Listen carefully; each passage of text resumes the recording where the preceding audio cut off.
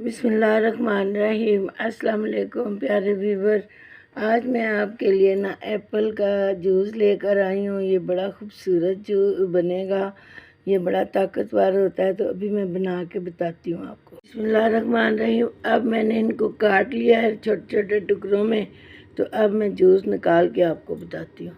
अब ये मैं जूस निकाल रही हूँ, तो ये सारा निकाल के तो आपको दिखाती हूँ। बिस्मिल्लाहिर्रहमानिर्रहीम। अब मैंने जूस निकाल लिया, तो अब डिश आउट करती हूँ। बिस्मिल्लाहिर्रहमानिर्रहीम। माशाल्लाह जी माशाल्लाह। ये देखें जी, ये देखें माशाल्लाह माशाल्लाह। ये देखें जी माशाल्लाह माशाल्लाह। बिस्मिल्लाहिर्रहमानिर्रहीम। ये देखें माशाल्लाह माशाल्लाह।